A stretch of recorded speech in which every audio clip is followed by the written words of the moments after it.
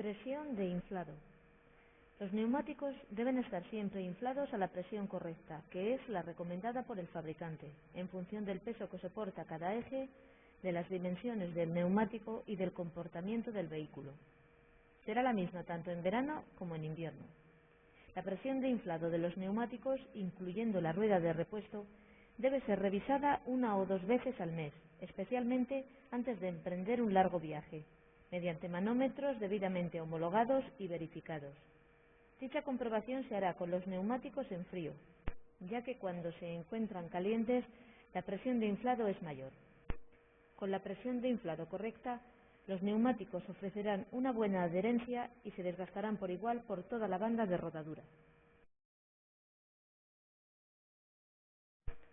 Si la presión de inflado es inferior a la recomendada por el fabricante, los neumáticos se deformarán, se desgastarán más por los bordes, se calentarán excesivamente aumentando el riesgo de reventón.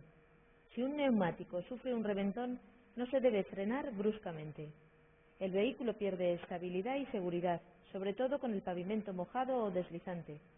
Aumenta el consumo de combustible y el riesgo de que se produzca aquaplaning.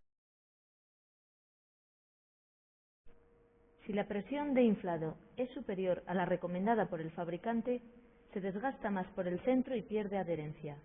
Esto repercute negativamente en los órganos de la dirección y de la suspensión, y el vehículo vibra más porque no absorbe bien las irregularidades del terreno. Cuando la presión de inflado está descompensada entre las ruedas, la frenada es irregular y se va hacia el lado de la rueda que tenga menos presión de inflado, con lo que la reacción del vehículo es imprevisible y se reduce la estabilidad y seguridad. Finalmente, hay que tener en cuenta lo siguiente. No hay que olvidar comprobar la presión de inflado de la rueda de repuesto que no sea la de emergencia, a la cual se le dará la presión de inflado más alta recomendada por el fabricante para el resto de las ruedas. También se aumentará la presión de inflado cuando se vaya a circular con el vehículo a plena carga y a altas velocidades por autopistas o autovías. La presión de inflado suele ser distinta en las ruedas del eje delantero que en las del eje trasero, ya que uno soporta más peso que otro. Cambio de neumáticos. Los neumáticos constituyen la principal causa de accidente por fallo mecánico, por lo que se debe proceder a sustituirlos cuando el dibujo presente menos de 1,6 milímetros de profundidad. Independientemente del estado del dibujo, deben sustituirse cada 5 años ya que el caucho se endurece y pierde capacidad de adherencia. Cuando los neumáticos se encuentren desgastados, deteriorados, deformados, con cortes, grietas, etc. Se deben utilizar neumáticos iguales en todas las ruedas. Se permite mezclar siempre que sean iguales en el mismo eje. Se deben poner las diagonales en las ruedas delanteras y los radiales en las traseras. Además, no se debe instalar neumáticos más anchos de los que el vehículo tiene de origen. Cuando sea necesario cambiar los neumáticos, los más nuevos se pondrán en el eje trasero. Hay factores que hacen que se produzca un mayor desgaste en los neumáticos, como son una incorrecta presión de inflado. La carga, un vehículo cargado en exceso o por encima de lo permitido hará que los neumáticos se desgasten más rápido y en mayor medida. La falta de alineación y equilibrado de ruedas. El contacto prolongado con grasa, líquido de frenos y otros disolventes, así como el uso de cadenas para nieve. La velocidad. A mayor velocidad, mayor desgaste. La forma de conducir. Una conducción agresiva provoca un mayor desgaste y un mayor consumo de combustible. Circular por carreteras con curvas debido al efecto lateral que se produce. El firme de la calzada. Se desgasta más al circular por firmes en mal estado o rugosos. La climatología. Se desgastan más en verano que en invierno.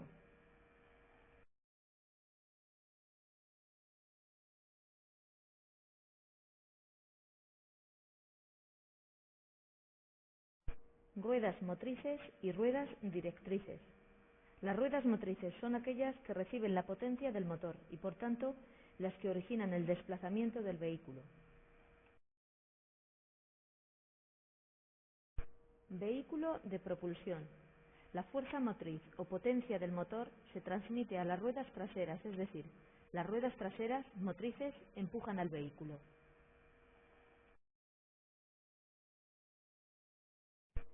Vehículo de tracción. La fuerza motriz o potencia del motor se transmite a las ruedas delanteras, es decir, las ruedas delanteras, motrices, son las que tiran del vehículo. Vehículo de tracción total. La fuerza motriz o potencia del motor se transmite a las ruedas delanteras y a las traseras. Todas las ruedas son motrices.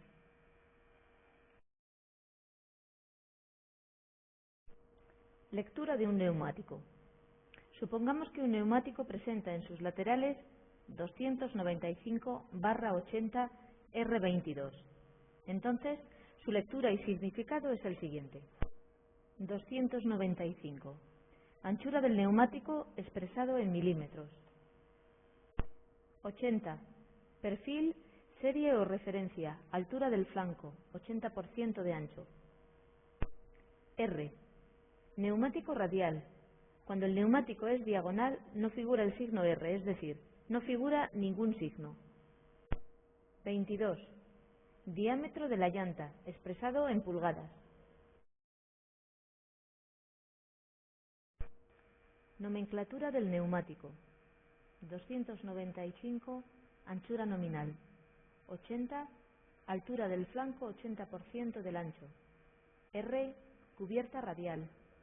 22, diámetro interior. M152, neumático para nieve. Tubeless, neumático sin cámara.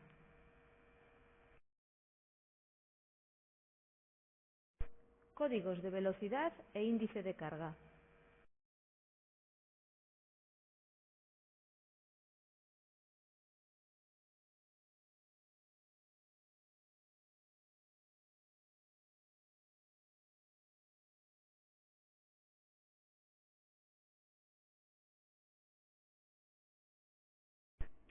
Equilibrado de las ruedas. Cuando las ruedas están desequilibradas, se producen vibraciones que se perciben en el interior del vehículo y en el volante, sobre todo cuando se alcanza determinada velocidad. Las ruedas se pueden desequilibrar a consecuencia de pérdida de los contrapesos que llevan las llantas, abolladuras en la llanta debido a algún golpe, desgaste irregular de la cubierta. El equilibrado de las ruedas se debe llevar a cabo en un taller por profesionales que dispongan de los medios adecuados. Esta operación consiste en colocar unos contrapesos de plomo en la llanta hasta corregir el defecto. El papel de la calzada en la adherencia. Según el material con que estén construidas, pueden facilitar o no la adherencia de las ruedas al pavimento por el que se circula. Las calzadas con asfaltos rugosos ofrecen mayor adherencia que aquellas construidas con asfaltos lisos o adoquines.